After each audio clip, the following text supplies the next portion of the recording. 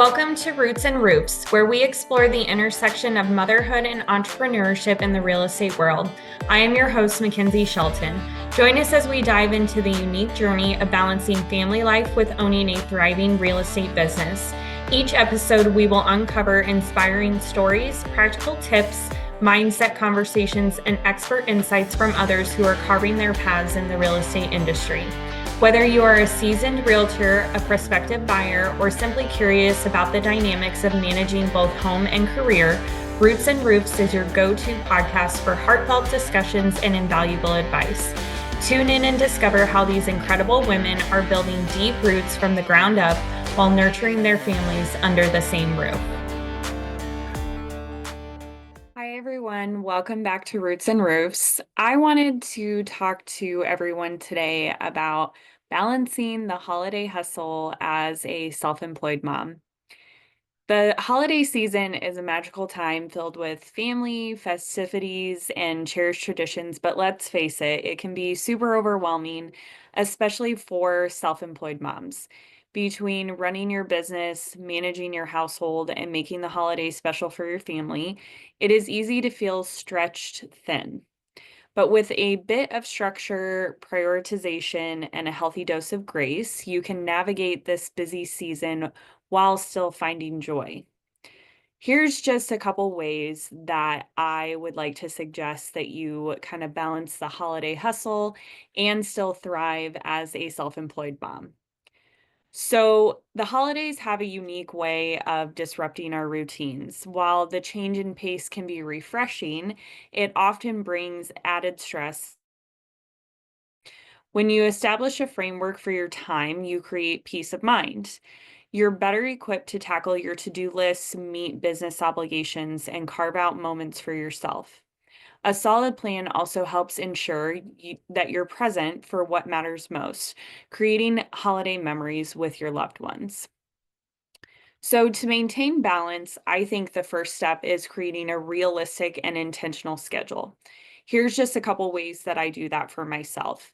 So, I like to set my priorities. With so many different demands on your time, deciding what truly matters is really essential. So, identify the key tasks for your business and family. Write those down, make sure that those are the number one priority that you are accomplishing every day. Use the Eisenhower matrix to categorize tasks by urgency and importance. If you don't know what that is, I'll actually put a link in the show notes to kind of explain that a little bit further. Let go of what isn't necessary or delegate where possible. Create a holiday calendar. So, this is one of the things that we do in our family. We not only use a calendar that our whole family can see, but my husband and I also share a Google Calendar so that we just kind of know everything that is going on in this really busy time of year. So, plan for the season by marking key dates, including business deadlines, school events and holiday breaks, family traditions, and gatherings. A tool like Google Calendar or a physical planner can help you kind of see the bigger picture, ensuring that nothing kind of slips through the cracks. And then one of the other things that I personally really like to do is something called batch work. So, batching tasks can help save you significant time and mental energy. It kind of incorporates a couple different things. So you dedicate specific blocks of time to similar tasks like client calls, planning out your social media calendar, or even doing your holiday shopping. And then you kind of work ahead where possible to free up time for last minute surprises. So I was actually just telling my team that because the next couple weeks we basically have holidays kind of in the middle of the week, that this is really a great week for them to kind of get ahead of a lot of their calls and the things that they're doing in their business so that they really can enjoy time off with their family. And if they're ahead, then they're not going to have that kind of looming over their head as they basically kind of celebrate these holidays over the next couple weeks. So, school breaks often coincide with some of our busiest work seasons. But with a little creativity, you can keep your kids engaged while also staying productive in your business. So there's just a few things that I kind of like to do in order to establish a really good routine during the times of year where my kids might not typically be in school and it's not a regular day for us.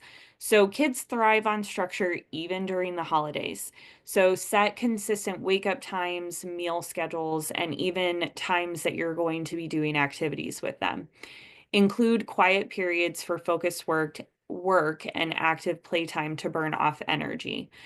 And also kind of set this aside for yourself, kind of just like what I was referring to.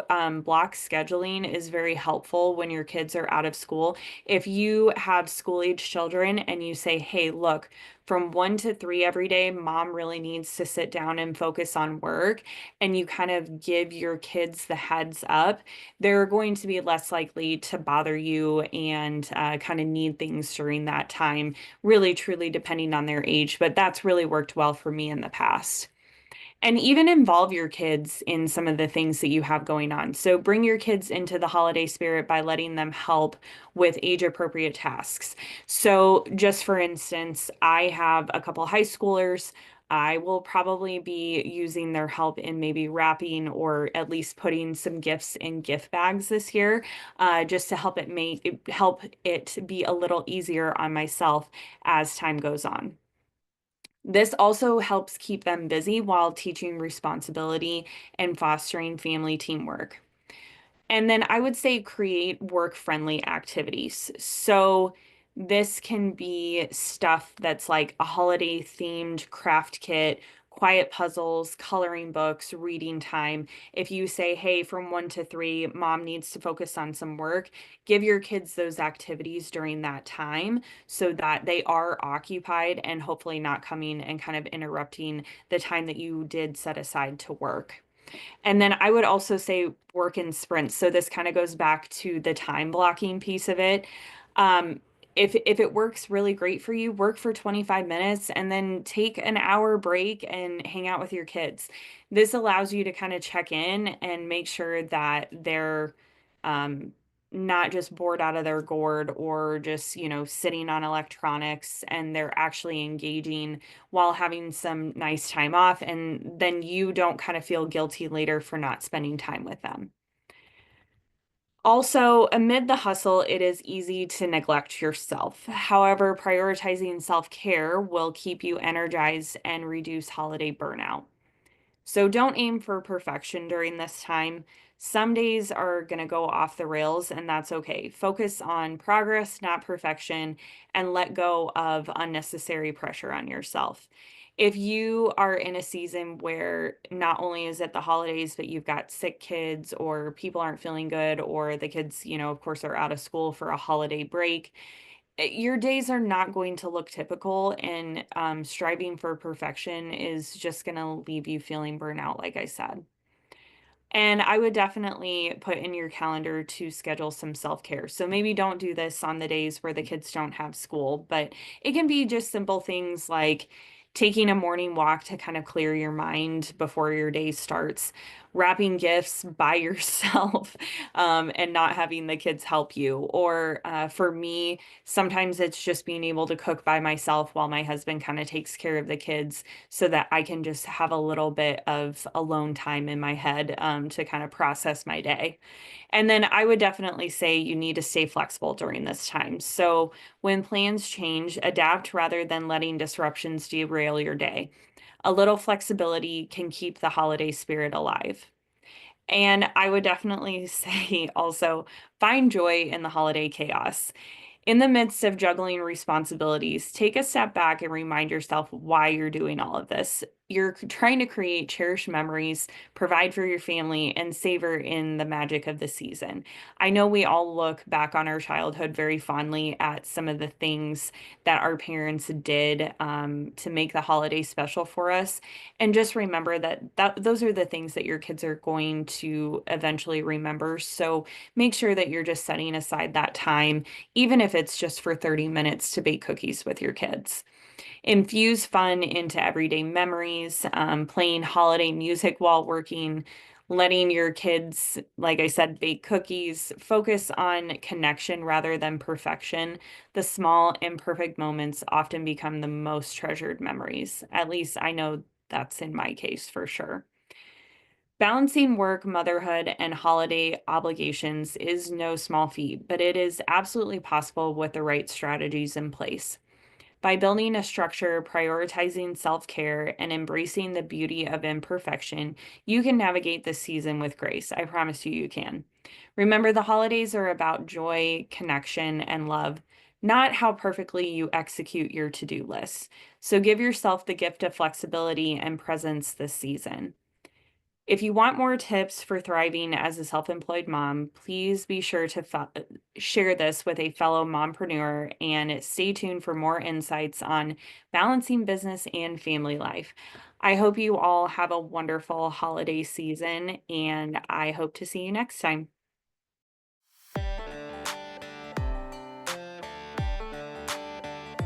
Thank you so much for listening to Roots and Roofs podcast today.